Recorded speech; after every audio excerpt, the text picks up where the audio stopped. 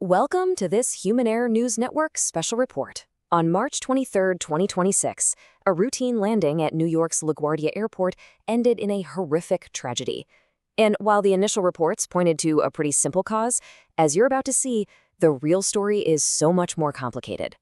That right there, that is the frantic final command from inside the LaGuardia control tower, captured on audio recordings just seconds before Air Canada Express Flight 8646 slammed into a firetruck on an active runway.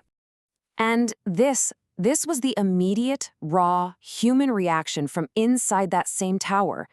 Just a gut-wrenching acknowledgement of the disaster that they had just witnessed. So, in the chaotic aftermath, one simple story took hold almost immediately. An Air Canada flight hit a fire truck, 2 pilots were killed, and the search for who was to blame, well, it focused right in on a single person.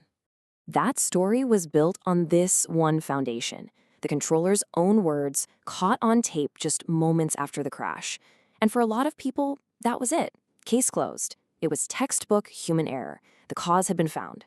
And, with a comment like this coming from the highest office in the land, the blame was pretty much sealed.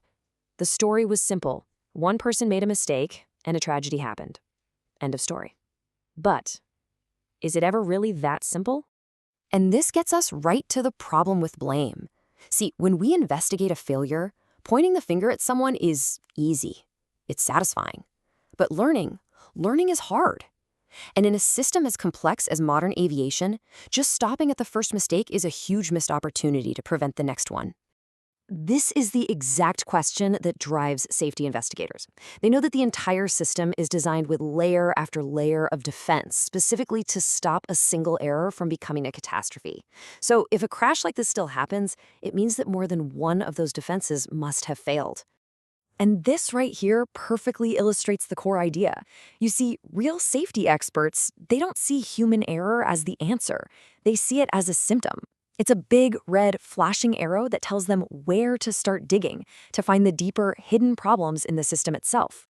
Okay, so let's do what the real investigators do.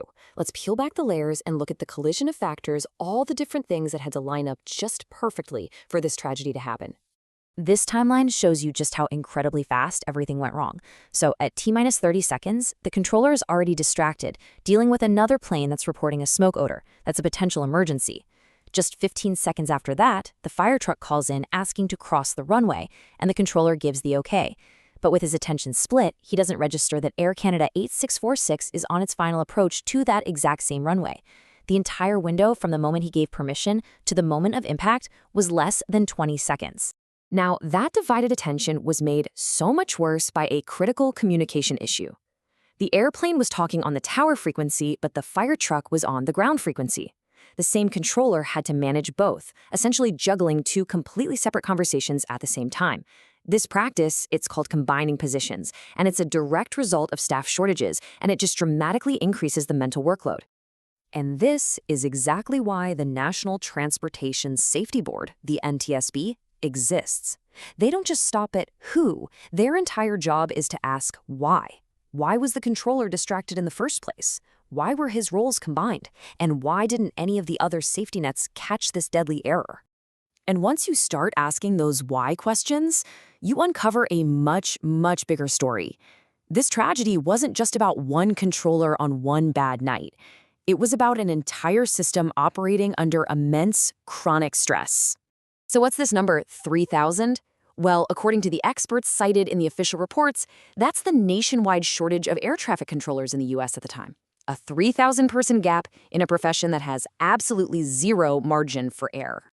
And a shortage like that, it just creates this domino effect of risk. It leads directly to overworked staff, incredibly long shifts, and the need to combine controller roles, just like we saw at LaGuardia. This isn't an excuse for the error. It's the context that makes an error like this so much more likely to happen anywhere, at any time. As one retired controller put it, for a crash like this to happen, a bunch of different mistakes have to line up perfectly. Think of it like a stack of Swiss cheese. Each slice is a layer of safety, and the holes are just little hidden weaknesses. On a normal day, the holes don't line up, but on March 23rd, they did.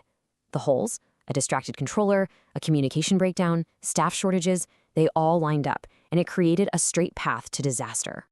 So, All of this brings us to the most important part of this whole analysis, because after any failure, we are always faced with a fundamental choice in how we decide to respond. And this slide lays out the two paths perfectly. On one side, you've got the path of blame. It's easy, it's emotionally satisfying, it asks who failed and creates a scapegoat. On the other side, you've got the path of learning. This one's harder. It asks why did our defenses fail and focuses on the system to understand the context. Here's the most important part. You can choose one path or you can choose the other, but you cannot do both. And that's really the crucial point here. Punishing the controller who said, I messed up, it won't solve the 3,000 controller shortage. It won't fix the need to combine roles when people are under pressure. It won't stop the next set of holes in the cheese from lining up. Ultimately, the LaGuardia tragedy leaves us all with a critical question, and it's not just about aviation, it's about everything. When things go wrong, is our first instinct to find a person to blame, or is it to find an opportunity to learn? The answer we choose really determines whether we're doomed to repeat our failures or if we're inspired to build a safer world.